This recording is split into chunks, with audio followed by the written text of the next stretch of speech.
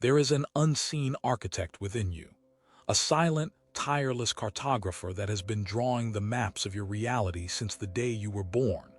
It doesn't use ink or paper. It uses your thoughts, your emotions, and your beliefs as its tools. This architect is your subconscious mind, and it is responsible for the design of nearly every aspect of your life. The relationships you find yourself in, the financial ceiling you can't seem to break, the persistent anxieties that feel like your oldest companions.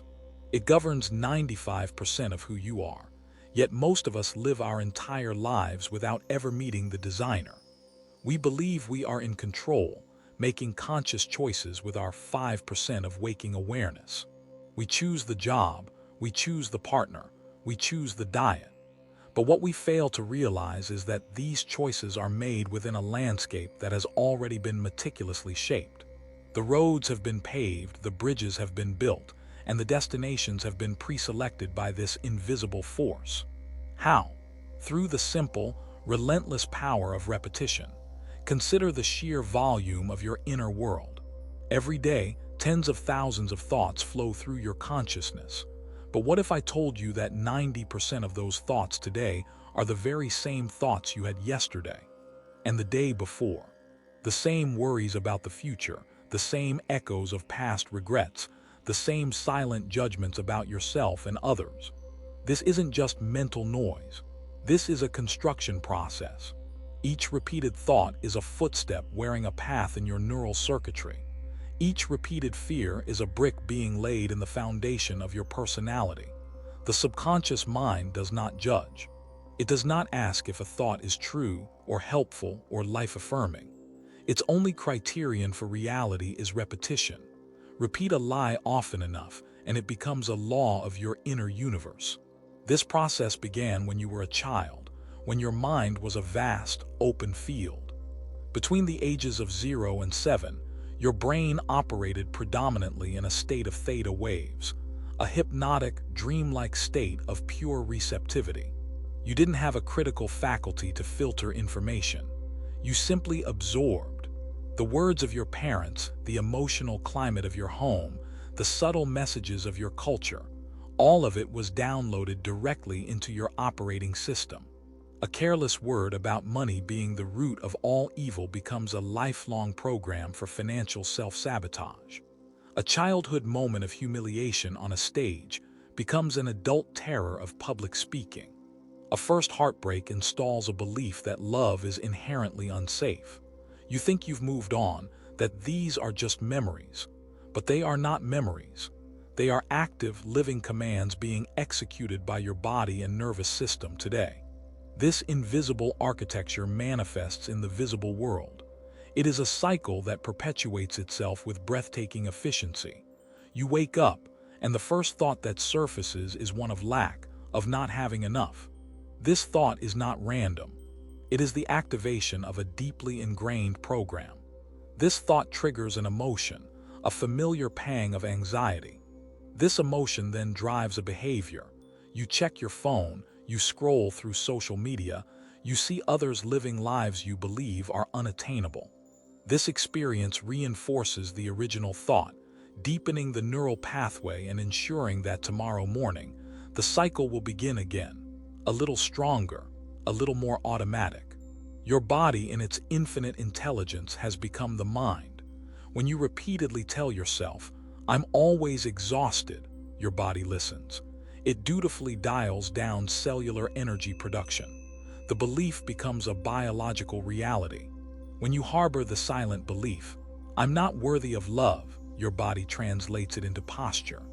Your shoulders slump, your gaze averts, your voice softens. You broadcast a signal of unavailability to the world, and the world, in turn, reflects your belief back to you. The prophecy fulfills itself, not by magic, but by a cascade of psychophysiological events. We see this in the patterns we cannot escape. The entrepreneur who launches 3 different businesses, only to have each one fail in the exact same way. The woman who ends a relationship with a controlling partner, only to attract another one with the same emotional signature. The individual who moves across the country for a fresh start, but finds the same internal problems waiting for them in a new city. We think we need to change our circumstances, but the pattern isn't in our circumstances. The pattern is in us. The pattern is the personality, and the personality is made of the 60,000 thoughts we think every day. To change your life is to become someone else at the most fundamental level of thought and being. So, how do we begin this monumental task? How do we approach the architect and request a new blueprint? The first step is awareness. You must become a dispassionate observer of your own mind. Carry a journal or simply make a mental note. How many times today did you think, "I can't do this"? How many times did you feel that familiar knot of anxiety in your stomach? When a new opportunity arose, what was the first emotional signal your body sent you? Was it excitement or was it fear? This is not an exercise in self-criticism. It is data collection. You are an archaeologist of your own psyche, uncovering the artifacts of old beliefs. You will discover that your suffering is not caused by 1,000 different problems, but by a few core, repetitive thoughts and the emotional addictions that accompany them. These emotions are the chains that bind us to our past. Every morning, you might wake up and feel a wave of anxiety. That anxiety isn't just a feeling, it's a chemical state. Your body has become accustomed, even addicted, to the rush of cortisol and adrenaline. It has become its familiar state of being. To feel peace, to feel calm, would be to enter an unknown chemical territory. And the body, this guardian of the familiar, resists the unknown with all its might. This is the great paradox of change. We want a new future, but we are chemically and emotionally tethered to our past. We say we want abundance while our cells are swimming in the hormones of scarcity. We say we desire love while our hearts are marinated in the chemistry of resentment. The subconscious listens not to your words but to your state of being. It responds to what you are, chemically, day in and day out. This is why positive thinking alone so often fails.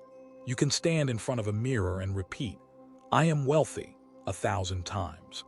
But if, on a cellular level, your body is steeped in the feeling of lack, the subconscious mind receives the true, dominant message. It receives the feeling, not the words. The subconscious speaks the language of emotion. An experience charged with intense feeling, especially a traumatic one, is recorded instantly as a non-negotiable survival program.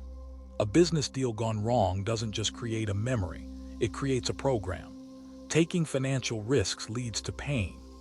This program then runs silently in the background, subtly influencing you to avoid opportunities, to sabotage success, to stay in the safe territory of mediocrity. Your subconscious believes it is protecting you.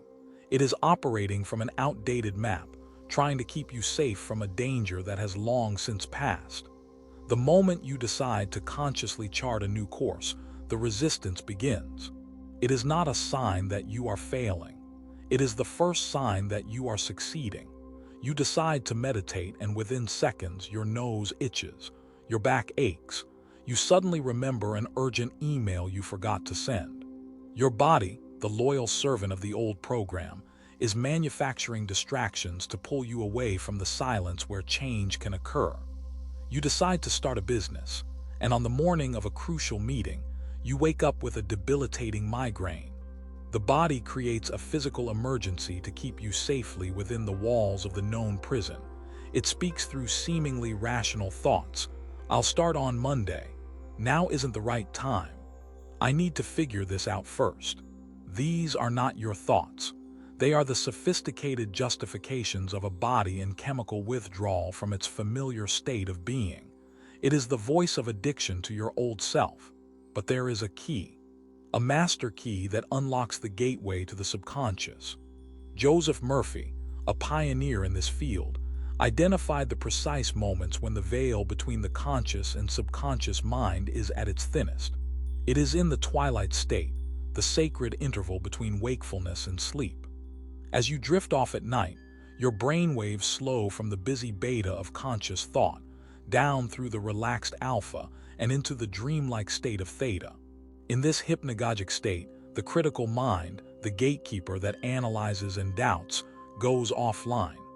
The subconscious becomes completely open, completely receptive to new instructions. The same portal opens in the first few minutes upon waking, as you rise from the depths of sleep back into the conscious world. These moments are your workshop. This is where you become the architect. The technique is not one of begging or hoping. It is a technique of declaration and feeling. Murphy called it scientific prayer. You do not say, "Please, I hope I get healthy." You declare with deep emotional conviction, "I am vibrantly healthy." And then you must feel it. You must generate the emotion of what it would feel like to have that perfect health right now. What would that feel like in your body? A sense of lightness, vigor, gratitude. The feeling is the signal. The feeling is the prayer. You want to manifest prosperity. As you lie in that drowsy, pre-sleep state, don't just think about money. Feel the sensation of security. Feel the freedom. Feel the relief. Embody the emotional state of your wish fulfilled. An architect who was unemployed didn't visualize himself searching for a job. He visualized himself sitting in his new office. He felt the texture of the leather chair, smelled the fresh coffee, and experienced the feeling of profound satisfaction as he signed a new contract. He wasn't just seeing it, he was living in it emotionally for 10 minutes every night. The subconscious does not know the difference between a real experience and an experience that is intensely imagined and felt. This is not philosophy, this is neuroscience. The principle of neuroplasticity confirms that your brain is not a static organ. It is constantly remodeling itself based on what you think, feel, and experience. When you repeatedly visualize and feel a new reality, you are firing new neural networks. You are literally building the neurological hardware for your new life. If you do this with enough consistency, these new pathways become stronger, more myelinated, and more automatic than the old ones. The brain begins to look as if the experience has already happened. You are installing the circuitry of your future self, and it goes deeper. The science of epigenetics shows that your emotional state can actually signal your genes. You are not a victim of your DNA. You are the conductor of a genetic orchestra. When you cultivate elevated emotions, gratitude, joy, love, you are signaling genes for health, repair, and longevity to express themselves. When you live in a chronic state of stress, fear, and resentment, you are activating genes for inflammation and disease. You are choosing your genetic destiny in every moment with the emotions you choose to inhabit. A pianist can mentally rehearse a complex sonata, and brain scans will show the motor cortex firing in the exact same sequence as if they were physically playing. The brain builds the connections without the body ever moving. You are literally preparing your brain and body for a future that you have created in your mind. So the work becomes twofold. During the day, you practice awareness, catching the old programs as they try to run. You consciously choose to withdraw your energy from the past. When a challenge arises, you ask yourself, how would the new version of me respond to this? And in those precious minutes before sleep and upon waking, you do the sacred work of creation. You close your eyes to the external world and you emotionally connect with your future. You don't just visit it, you live there. You feel the gratitude for your healing before the diagnosis has changed. You feel the joy of your success before the evidence has appeared. You fall in love with your future self, and you return to that state again and again, like a pilgrimage. This is the great challenge and the great adventure. Can you believe in a future that you can only see with your inner eye? Can you remain faithful to that vision when your senses and your circumstances tell you a different story? Most people plant the seed and then dig it up every day to see if it's growing. They check for results, and in doing so, they send a powerful signal of doubt to the subconscious. The work is to plant the seed, to water it every day with the emotion of your desired reality, and then to let go, to trust that the laws of this inner universe are as real as the laws of gravity. This is a journey from reacting to life to creating it. It begins with the radical understanding that your outer world is a reflection of your inner state of being, and it culminates in the realization that you are not the character in the play. You are the author, you hold the pen, the script is not finished, the next page is blank. What story will you choose to write?